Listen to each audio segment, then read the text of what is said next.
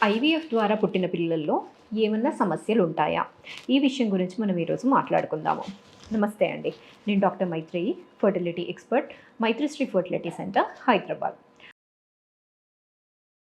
So నార్మల్‌గా ఏ procedure ద్వారా గానీ మీకు కన్సెప్షన్ అనేది వచ్చింది అంటే, మీ ఏజ్ గ్రూప్‌లో ఎంత పర్సెంటేజ్ అయితే అబ్నార్మాలిటీస్ అనేవి ఉంటాయో, అదే విధంగా మీరు ఏ ప్రొసీజర్‌లో కానీ కన్సీవ్ అయినా కానీ ఆ పర్సెంటేజ్ అనేది అలాగే మెయింటైన్ అవుతుంది.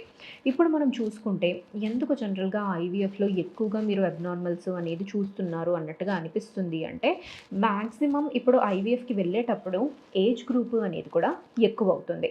ఎప్పుడైతే ఆడవారి ఏజ్ అనేది ఎక్కువగా అవుతుందో, సో వాళ్ళ ఏజ్ గ్రూప్‌లో వచ్చే అబ్నార్మాలిటీస్ అనేవి కూడా ఎక్కువగా అవుతాయి.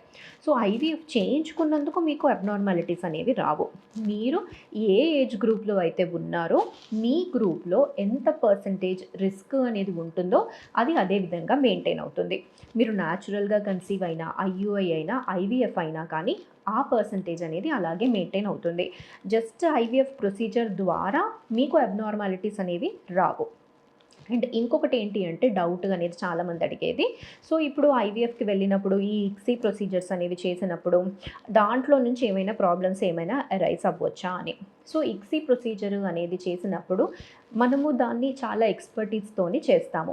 ఎక్స్‌పీరియన్స్‌డ్ ఎంబ్రియాలజిస్ట్‌లు ఇవన్నీ ఉంటారు కాబట్టి అక్కడ ఆ లెవెల్‌లో మనం డౌట్ పడాల్సిన అవసరం అనేది ఉండదు. అక్కడ మీకు అన్నీ ప్రాపర్‌గా జరుగుతాయి. దానివల్ల మీకు అబ్నార్మాలిటీ రేట్ అనేది ఏమీ రాదు. మీ ఏజ్ గ్రూప్‌లో ఎంతైతే ఉంటుందో మీరు ఎటువంటి కన్సెప్షన్ అయినా కానీ ఒకవేళ మీకు నార్మల్‌గా న్యాచురల్‌గా ప్రెగ్నెన్సీ వచ్చింది. జస్ట్ టాబ్లెట్సే వాడుకొని ఇంట్లోనే ప్రయత్నించుకున్నారు.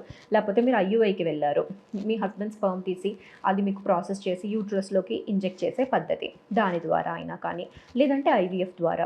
సో ఈ 3 మనం చూసుకున్నా కానీ ఆ పర్సెంటేజ్ అనేది అలాగే మెయింటైన్ అవుతుందండి. సో మీరు జస్ట్ ఐవీఎఫ్‌కి వెళ్ళినందుకే దాని గురించి భయపడాల్సిన పని అనేది లేదండి. Thank you.